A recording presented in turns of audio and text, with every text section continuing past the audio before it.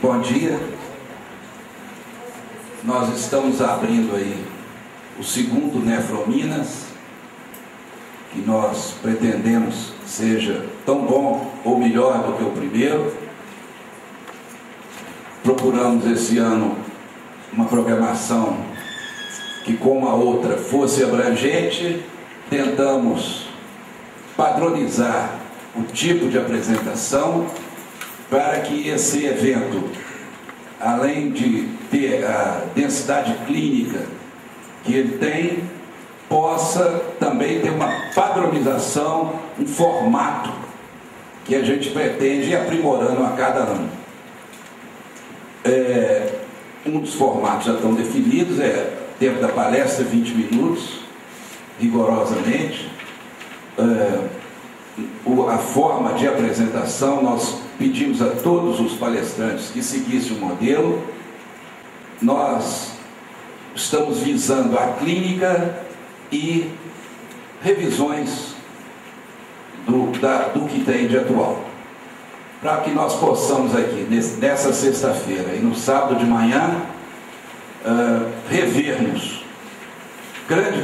se não toda, grande parte da nefrologia, principalmente aqueles temas de importância clínica, para que isso possa interessar aos nefrologistas como um todo, desde aqueles residentes que estão começando, como aqueles como eu, por exemplo, que estamos nos reciclando neste tipo de evento. Este evento tem uma característica muito especial, diferente dos outros, similares, porque ele não é de um serviço, ele não tem uma visão setorial da nefrologia. Ele é um evento que tenta envolver todos os serviços de nefrologia de Minas Gerais.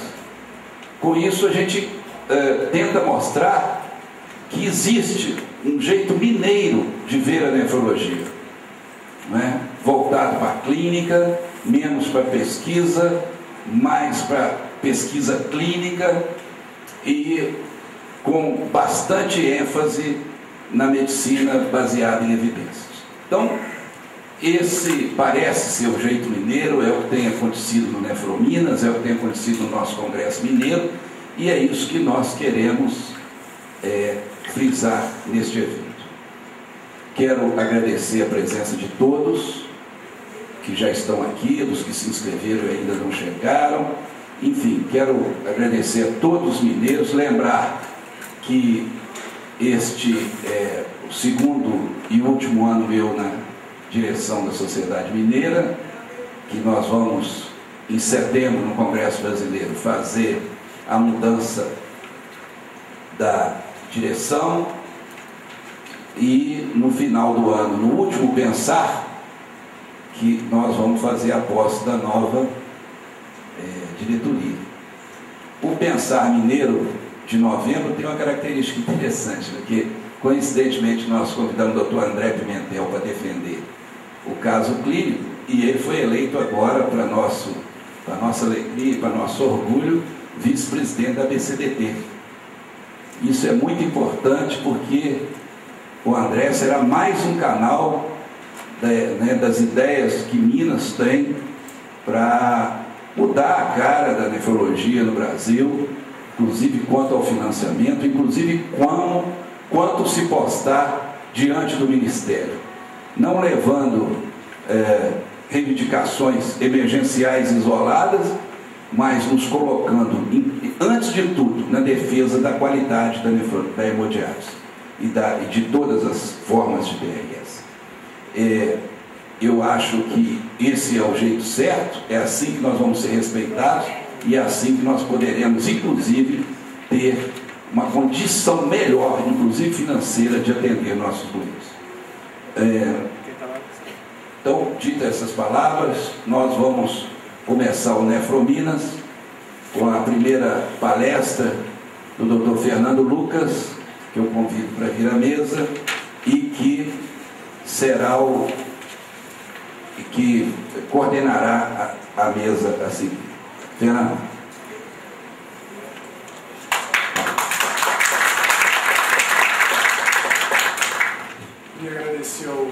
Ricardo, pelo convite para essa palestra inaugural. Eu vou falar um pouquinho para vocês, de maneira bastante resumida, evidentemente, alguns conceitos do que se convencionou chamar medicina baseada em evidências. Eu acho que esses conceitos poderão ser úteis para nós aí nessa imersão que a gente vai fazer hoje e amanhã.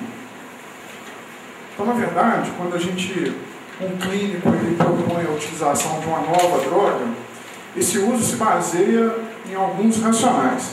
Então, o primeiro racional que o clínico se baseia é no racional fisiopatológico e na plausibilidade biológica do uso da droga. Tudo começa aqui. Depois, a coisa caminha para o campo da experimentação pré-clínica do uso dessa droga em cobaias. Ele também pode se utilizar de dados observacionais que eventualmente apontem o benefício da droga. E, por fim, a última barreira a ser vencida são os estudos clínicos bem delineados. A gente vai falar um pouquinho de cada um delas. Primeiro, diz respeito ao racional fisiopatológico. Na verdade, a potencial utilização de uma droga, ela advém da ação dessa droga em pontos importantes da cadeia fisiopatológica de uma determinada doença. Exemplo, nefropatia diabética. Existe uma droga que foi muito promissora, a gente estava com muita expectativa nela, chamada Sulodexid. Essa é uma mistura de glicosaminoglicanos que tem uma forte atividade antiproteinúrica. Se você imagina que a proteinúria é um evento central na fisiopatologia da nefropatia diabética, tem todo sentido do mundo usar uma droga antiproteinúrica para diminuir a progressão da doença renal crônica. Então essa é uma inferência fisiopatológica, a coisa começa por aí. Depois vem o dado experimental. Então o Sulodexid venceu essa etapa. Existem inúmeros estudos experimentais com essa droga, mostrando um benefício em rato. Mas como rato é rato e gente é gente, a coisa não pode parar por aqui. Você também pode se basear ou usar os dados observacionais. Existem inúmeros estudos observacionais apontando a proteinúria como um fator de risco para a progressão da doença renal crônica. Então, a inferência também é direta. Se você usa uma droga antiproteinúrica, você bloqueia a progressão da doença. Então, é uma outra inferência baseada num dado observacional, ou também chamado de epidemiológico. Então, a gente está diante de uma tomada de decisão. Diante do problema nefropatia diabética e redução de doença renal crônica em estágio 5, o que o clínico faz? Ele tem duas opções. Ele pode começar um Sulodexid baseado no racional fisiopatológico, na experiência de cobaia e no dado observacional. Ou ele pode aguardar um estudo clínico bem delineado. Se nesse caso específico o clínico tivesse optado por essa opção aqui, o paciente não teria tido benefício, porque isso foi um grande trial randomizado, publicado recentemente, que não mostrou benefício dessa droga antiproteinúrica na progressão da doença renal crônica terminal. A questão que se impõe é a seguinte: por que uma droga que reduz proteinúria não reduziu a progressão da doença renal crônica terminal? Isso parece um contrassenso. Porque, na verdade, se você se baseia só na fisiopatologia, você pode encaminhar o seu raciocínio para um sentido falacioso, porque qualquer sistema biológico é um sistema muito complexo. Então uma eventual droga que haja numa única variável da cadeia fisiopatológica da doença, ela pode eventualmente não redundar em benefício clínico. Exemplo. Então, quando a gente está pensando num desfecho importante para nós nefrologistas, que é efeito de uma droga na progressão da doença renal crônica terminal, vamos imaginar essa seguinte equação teórica aqui. A droga, o efeito final dela depende da somatória do efeito da droga em cada elemento individual da cadeia fisiopatológica. Então, a droga ela pode ter um efeito de reduzir a proteinúria, mas eventualmente ela pode ativar a plaqueta. Ou ela pode ter um efeito em algum outro elemento, eventualmente até desconhecido da cadeia fisiopatológica, um efeito desconhecido da droga, que resultaria, na verdade, na progressão da doença. Então, a droga, apesar de reduzir a proteinúria, ela mexeu em algum outro elemento dessa cadeia fisiopatológica, e o efeito final, na verdade, foi piora do desfecho clínico. Aí vem um conceito super importante para nós, que é essa diferenciação. Atualmente, a indústria farmacêutica está muito ligada no que a gente chama de desfechos fisiológicos, fisiopatológicos ou substitutivos. E a gente também tende a tomar esses desfechos como representativos do desfecho clínico, que nem sempre é verdade, como está ilustrado aqui nessa equação simples.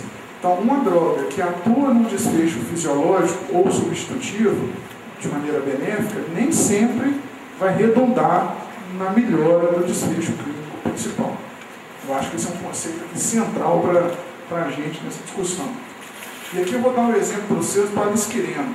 Isso aqui é uma forma muito esquemática da gente entender a história natural da nefropatia diabética. Tudo começa com a lesão renal inicial, a gente caminha para uma fase de microalbuminúria, macroalbuminúria, piora da taxa de filtração e doença renal crônica estágio terminal. Resumidamente, esse é o cotidiano do nefrologista. De permeio, esse doente morre, ou tem evento cardiovascular. Então, esse é o contexto clínico da nefropatia diabética. O alisquireno é uma droga, como vocês sabem, que tem bloqueia direto a renina. Tem algum racional teórico para que esse bloqueio seja desejável? Eu não vou discutir isso com vocês. E o fato é que houve um estudo randomizado, bem feito, chamado AVOID, que mostrou redução da proteinúria de alisquireno associado com BRA, quando comparado a pacientes que usavam só BRA, inibidor da angiotensina. Então, na verdade, para esse desfecho substitutivo de proteinúria, o alisquireno ele foi uma droga cujo efeito foi positivo.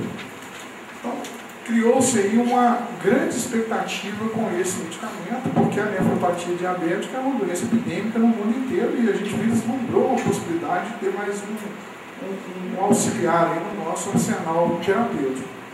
Se a gente parasse por aqui, a gente correria o risco de ter errado, porque a indústria bolou um estudo, desenhou um estudo chamado Altitude. Então, esse estudo, essa droga era tão promissora do ponto de vista teórico e até o momento ela tinha vencido todas as etapas das evidências, vamos dizer assim, que a indústria achou que valeria a pena montar um grande trial para estudar essa droga avaliando o desfecho principal. E o que a gente pode chamar de desfecho principal? Evento cardiovascular ou morte e risco de doença renal crônica terminal. Esse estudo foi feito. E esse estudo ele ainda não está publicado, mas ele foi interrompido na primeira análise interina dele, porque o alisquireno aumentou a incidência de AVC. Então está aqui um exemplo muito eloquente de uma droga que melhora um desfecho substitutivo, mas piora o desfecho clínico principal, que é o evento cardiovascular. Aqui eu vou mostrar a nefrologia é a rainha dos desfechos substitutivos. Eu vou elencar para vocês alguns exemplos, não é para a gente deprimir, é só para exemplificar, de benefício em desfecho substitutivo e ausência de benefício em desfecho principal, ou desfecho clínico. Aqui é uma coisa muito esquemática, quem quiser depois eu dou as referências, eu coloquei aqui muito mais para que a gente possa ser didático. Mas vamos começar com o Cinacalcete. Cinacalcete é uma droga que diminui cálcio, diminui fósforo, diminui calcificação muscular e melhora score de cálcio coronariano. Todos eles desfechos fisiológicos, fisiopatológicos ou substitutivos. Existem vários estudos mostrando benefício do Cinacalcete para esse tipo de desfecho. E agora também foi interrompido um outro estudo chamado EVOLVE. Esse estudo também não foi publicado, avaliando o Cinacalcete em desfecho clínico principais, quais sejam taxa de evento cardiovascular, AVC, IAM e amputação, mortalidade e hospitalização. O EVOLVE foi um estudo negativo. Quando eu falo negativo aqui, não quer dizer que ele foi pior. Ele, na verdade, não teve benefício comparado com o tratamento padrão. Então, foi um estudo negativo para Cinacalcete. Existe um estudo randomizado para Cinacalcete que foi positivo, eu não coloquei aqui, que avaliou fratura. E a gente pode entender que fratura é um desfecho clínico principal, então para Cinacalcete existe esse estudo aí mostrando benefício para fratura. para esses outros desfechos importantes, o Evolve se mostrou negativo. Outro exemplo, Sevelamer. Sevelamer diminui cálcio e fósforo, diminui calcificação vascular e diminui esforço cálcio coronariano. Só para dar alguns exemplos de desfecho fisiológico, fisiopatológico ou substitutivo.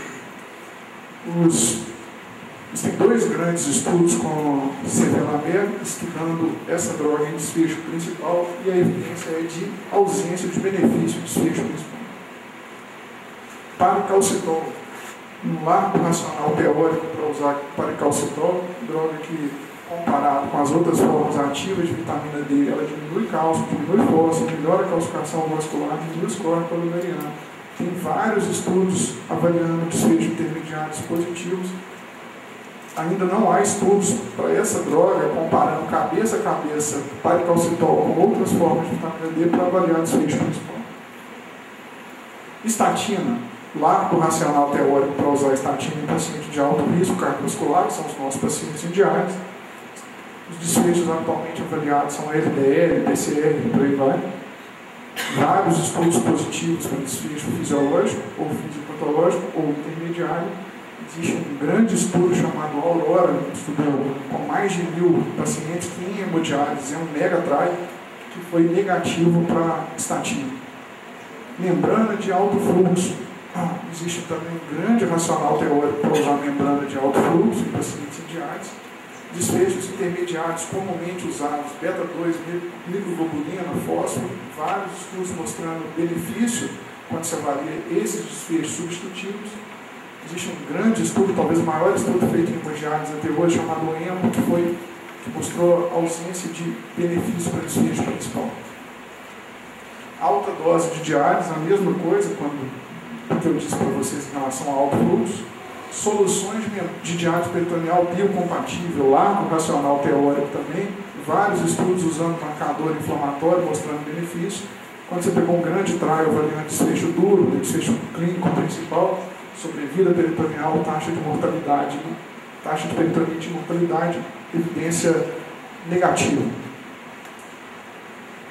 Agentes estimuladores da eritropoiese e hemoglobina normal, também tem muito racional teórico para fazer isso.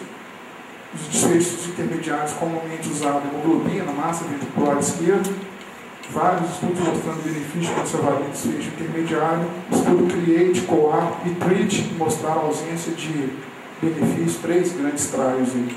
Então isso aqui não é para deprimir, é só para exemplificar o erro que a gente pode correr ao tomar o desfecho intermediário como sinônimo de desfecho principal. A questão é a seguinte: independente do tipo de desfecho que o estudo está avaliando, se é intermediário ou principal, o que você precisa responder na hora que está lendo um artigo é: essa evidência que o autor está trazendo reflete a verdade? Na verdade, nós temos 3 opções diante de um resultado de um estudo. Há 3 opções. Então, assim, você tem primeiro um racional teórico que gera hipótese, você testa essa hipótese num estudo clínico bem feito e ele pode te dar 3 resultados. O resultado pode ser um falso negativo. A droga é benéfica, mas o estudo mostrou que não é. O resultado pode ser falso positivo. A droga não é benéfica, mas o estudo mostrou que é. E o resultado ele pode refletir a verdade. A droga é benéfica e o estudo mostrou que é. O grande objetivo da medicina baseada em evidências é buscar os artigos, as evidências que me mostrem esse tipo de resultado. O resultado verdadeiro, que reflita a verdade. Qual foi o desenho ideal do estudo que busca essa verdade? Então vamos imaginar um modelo teórico de estudo. Então você vai pegar uma amostra de pacientes atualmente e divide em 2 grupos. Um grupo que você dá a intervenção, a droga que você está querendo usar, e no outro você dá placebo ou faz um controle com o tratamento que é com o tratamento padrão estabelecido. Acompanha esses pacientes durante um tempo e compara a taxa de evento num grupo e outro. Esse modelo que eu estou chamando de ideal é aquele no qual o grupo de intervenção é absolutamente igual ao grupo controle, de modo que qualquer diferença na taxa de eventos se deva única e exclusivamente à intervenção que você está usando. Isso não existe, né? Não existem 2 grupos absolutamente iguais. Então a gente tem que criar um artifício para tentar tornar esses dois grupos o mais parecido possível. E o artifício a ferramenta que a gente usa é a randomização. Então a gente vai pegar um pouco da ajuda do acaso. Então o que significa a randomização? Você pega uma amostra de pacientes e divide esses pacientes aleatoriamente para um grupo e outro. Aleatoriamente é por acaso mesmo, um método similar a jogar uma moeda para cima. Através de um mecanismo de escolha ao acaso, você aloca o paciente num grupo e outro. Pelo acaso, qualquer variável que vai interferir no resultado do estudo tem a mesma chance de ser distribuída entre um grupo e outro, que é 50%. Se a amostra for suficientemente grande, você vai conseguir dois grupos muito bem equilibrados, muito bem balanceados. Eu dou o exemplo da moeda para cima sempre. Se você joga uma moeda para cima, pode ser que de 5 vezes, 4 saia cara e 1 saia coroa. Mas se você fizer isso 10.000 vezes, é muito provável que algo próximo de 5.000 saia cara e 5.000 saia coroa. Essa é a mágica da randomização. Por isso que os grupos ficam muito parecidos e o estudo randomizado se aproxima daquele modelo teórico de estudo que eu falei com vocês. Esse aqui é um exemplo, só para a gente não ficar frustrado, esse é um exemplo de um grande trial em nefrologia, comparando diálise convencional com diálise curta diária, e foi um estudo positivo para diálise curta diária. Esse estudo mostrou redução de mortalidade e melhora de qualidade de vida quando você faz diálise curta diária. Eu trouxe isso aqui só para mostrar para vocês, a que a gente chama de a linha de randomização, né? Quando você vai ver em resultados, geralmente essa é a primeira tabela que aparece, e às vezes a gente fica surpreendido com os grupos são muito parecidos. Qualquer variável que você escolher aqui, elas são muito parecidas. Como é que o pesquisador conseguiu isso? A mágica da randomização. Por que o estudo randomizado ele é melhor que o estudo observacional? Que é um estudo mais fácil de fazer, que a gente vê com muita frequência nos periódicos. Porque, diferentemente do estudo randomizado, não é o pesquisador que define qual grupo vai receber o tratamento e qual grupo vai receber o controle. Esse exemplo aqui mostra claramente. Nesse caso aqui, os pacientes já usavam a droga, um grupo de pacientes já usava a droga e um outro grupo de pacientes não usava. A partir de um determinado momento, o pesquisador começa a acompanhar esses dois grupos. Mas não foi ele que selecionou os grupos, os pacientes já usavam o medicamento. Isso aí pode permitir a ocorrência de viés, de um desbalanço entre os dois grupos, de modo que a diferença encontrada no resultado pode ser explicada por outro fenômeno que não seja o uso do tratamento, porque os grupos eles podem estar enviesados, desbalanceados. É por isso que o desenho randomizado ele é muito mais poderoso do que o desenho observacional. Só que a coisa não é tão simples, a gente precisa entender, eu diria que esse aqui é o diagrama mais importante dessa conversa nossa, porque ele faz menção ao que a gente chama de estudo amostral. Vamos pegar aquela evidência lá da diálise curta diária, que mostrou benefício, estudo positivo em diálise, e vamos imaginar que um 3 pesquisadores queiram estudar isso aqui no Brasil. A população de diálise no Brasil está em torno de 80 mil, né? Algo em torno disso. É inviável você fazer um trial com 80 mil pacientes. Isso não tem jeito. Então, um pesquisador, ele selecionou, vamos imaginar que a verdade seja que a diálise curta diária diminui mortalidade. Um determinado pesquisador retirou uma amostra de pacientes da nossa população fonte, que é a população de diálise no Brasil, contendo 25 mil pessoas. E nesse estudo desse camarada, a hemodiálise curta diária refletiu a verdade. Então, nesse estudo, a HD curta foi benéfica. Um outro pesquisador fez um estudo com desenho semelhante, mas estudando 100 pacientes. Aí no estudo desse cara, a hemodiálise curta diária aumentou a mortalidade. E por fim, um terceiro pesquisador tirou 10 mil pacientes da população e o resultado desse cara, HD curta, foi igual a HD convencional. Por que houve diferença entre esses 3 estudos? Pelo seguinte motivo: a gente precisa entender os estudos, na verdade, como estudos amostrais. A gente tira uma amostra de uma população fonte, exemplo, população de diálise no Brasil, e a partir dessa amostra você vai tentar inferir o que está acontecendo na população fonte. Como esses pacientes são retirados da população ao acaso, simplesmente pelo acaso, você pode obter dois resultados que não reflitam a verdade. Eu estou exemplificando você. E aí já é fácil a gente imaginar quais são os dois tipos de erro possível. O primeiro deles é que na população fonte, hemodiálise, a estratégia que você está usando, ela diminua a mortalidade. Ela não diminua a mortalidade. Na verdade, a estratégia ela não é benéfica. E no seu estudo amostral, houve benefício com a estratégia que você está estudando.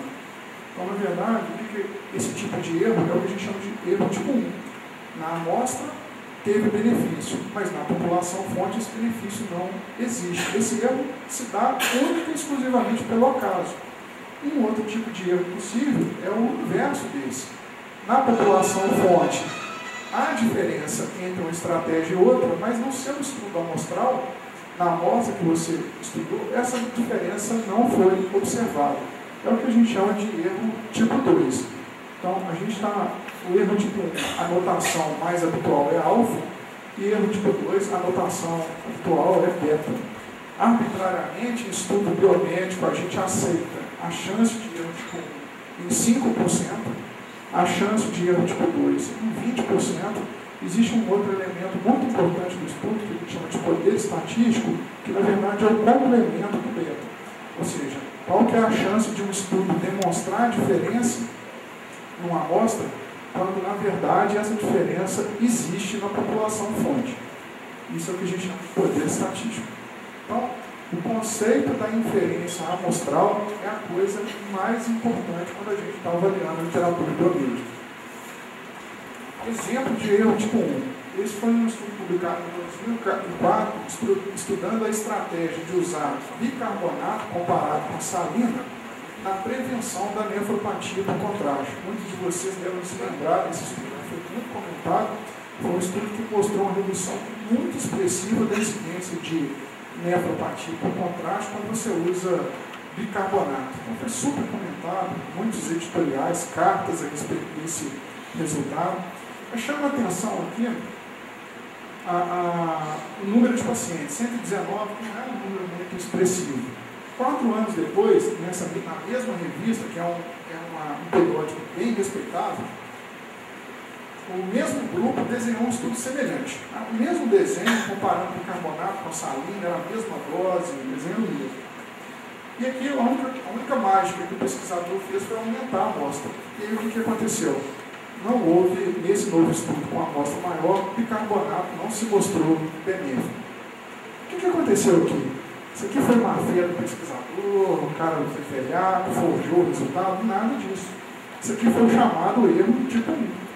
Na verdade, o bicarbonato não é benéfico na prevenção da nefropatia, mas nessa amostra ele foi. Por que foi? Simplesmente por acaso. A chance do erro tipo 1 aconteceu. Seja qual for, assim, quando você tem um determinado estudo, você tem várias formas de expressar o resultado do estudo. A forma mais comum e mais aplicável para o clínico é o que a gente chama de redução absoluta de risco. Você pega a taxa de evento no grupo controle e diminui da taxa de evento no grupo experimental, no qual você está usando a droga a ser testada. Nesse exemplo hipotético que eu dei aqui, uma determinada estratégia pode reduzir a mortalidade em 30%, por exemplo. Isso para a nossa clínica é muito aplicável, né? É uma forma muito palpável da gente estimar o benefício de uma determinada intervenção. Redução absoluta de risco. Existe uma consequência disso que a gente chama de número necessário para o tratamento, que é uma vedete da medicina baseada em evidência. Isso é muito fácil de calcular. É você só fazer o inverso da redução absoluta de risco. E nesse exemplo hipotético que eu dei, é o seguinte: o inverso da redução absoluta de risco foi 3,3%. Significa que eu preciso tratar 3 pacientes com uma determinada estratégia para poder prevenir um evento cardiovascular. Mensagem: quanto menor o NNT, melhor é a droga. Quanto maior o INT, pior é a droga. Se o pesquisador, às vezes, nos periódicos, o pesquisador não te dá o NNT porque ele é grande demais, é muito fácil. Você pega a redução absoluta de risco, faz o inverso dela, você mesmo calcula. NNT grande, você fica com o pé atrás com a estratégia. Risco relativo, uma forma que os pesquisadores gostam muito de expressar resultado, como o próprio nome diz, você vai fazer a razão da taxa de evento que você obteve no grupo experimental comparado com a taxa de evento no controle. Nesse exemplo hipotético que eu dei, a droga produziu um risco relativo de 25%. O que significa isso? Vamos imaginar que em um determinado estudo a taxa de evento no grupo experimental seja exatamente a mesma do grupo controle.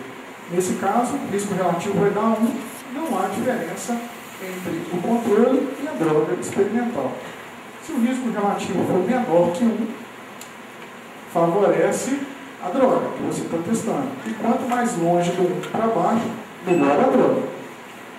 Se o risco relativo for maior que 1, a taxa de evento no grupo experimental for maior do que no grupo controle, pior para a droga. E quanto mais longe do 1 para cima, pior o resultado da droga que você está testando. Então ela te dá uma ideia tanto da direção quanto da magnitude do efeito da droga que você está testando.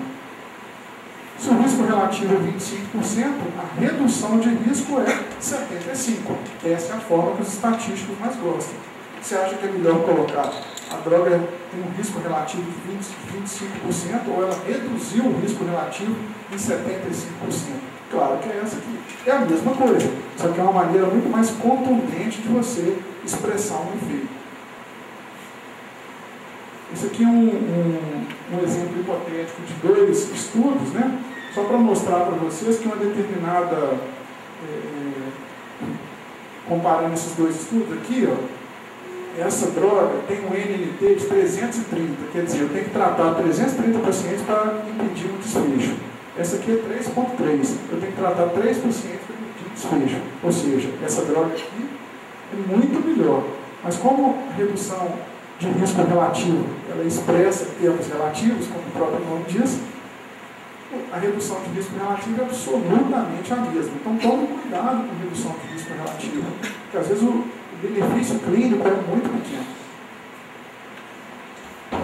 Como eu disse para vocês, o que nós estamos fazendo nos nossos estudos é pegando o resultado de uma amostra e inferindo o que está acontecendo na população fonte. Então, o estudo só me diz o que está acontecendo na amostra. Não é isso que eu quero saber. Eu quero saber o que está acontecendo na verdade, na população fonte. Como que eu faço para saber o que está acontecendo na verdade? Vamos imaginar que uma determinada estratégia reduziu o risco de morte em 20%. Isso na amostra. O que está acontecendo na população fonte? Novamente, população hemodiálise do Brasil, você está estudando um determinado desfecho, o resultado é expresso em risco relativo, você pega várias amostras dessa população. Uma amostra menor, outra maior. Como elas são retiradas ao acaso da população fonte, você tem uma distribuição ao acaso dos resultados possíveis. Qualquer variável, nesse nosso caso aqui é risco relativo, que tem uma distribuição ao acaso, ela pode ter o seu comportamento descrito em termos probabilísticos. E o modelo probabilístico que a gente mais conhece é o modelo gaussiano. Então, se eu sei a média de uma variável e o desvio padrão dela, eu posso prever com a relativa chance de acerto o que está acontecendo na população fonte. Então, uma droga que tem um risco relativo de 40%, e você sabe qual que é o desvio padrão desse risco relativo nas várias amostras da população, você pode inferir o que está acontecendo na população fonte. Nesse exemplo aqui, na população fonte, na verdade, o risco relativo pode chegar a 10%, ou seja, a droga ainda ser melhor do que aconteceu na amostra estudada, ou pode ser até pior, a droga pode aumentar a mortalidade. Então vocês vejam que do ponto de vista conceitual, a coisa mais importante que a gente precisa aprender num estudo amostral é a estimativa do intervalo de confiança, que é ela que me expressa o que está acontecendo na verdade. Esse aqui é um gráfico chamado inflorescência, aquele estudo EMO que eu falei com vocês, que foi estudo alta dose, baixa dose de água e alto fluxo, lembrando que alto fluxo e baixo fluxo foi um estudo negativo. Aqui uma forma diagramática de expressar o que eu falei. A bolinha representa o resultado obtido na amostra e a barra horizontal é a estimativa do intervalo de confiança. Aqui é risco relativo, vocês lembram? Risco relativo menor que 1 é benefício. Então, na amostra estudada, houve benefício. Mas quando você estima o intervalo de confiança, pode ser que, na verdade, não tenha diferença, risco relativo igual a 1, ou, na verdade, pode estar havendo aumento da mortalidade. Então, é dessa maneira que a gente interpreta o gráfico em floresta.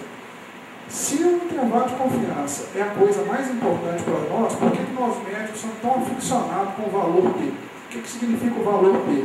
A chance do resultado obtido na amostra ser devido ao acaso.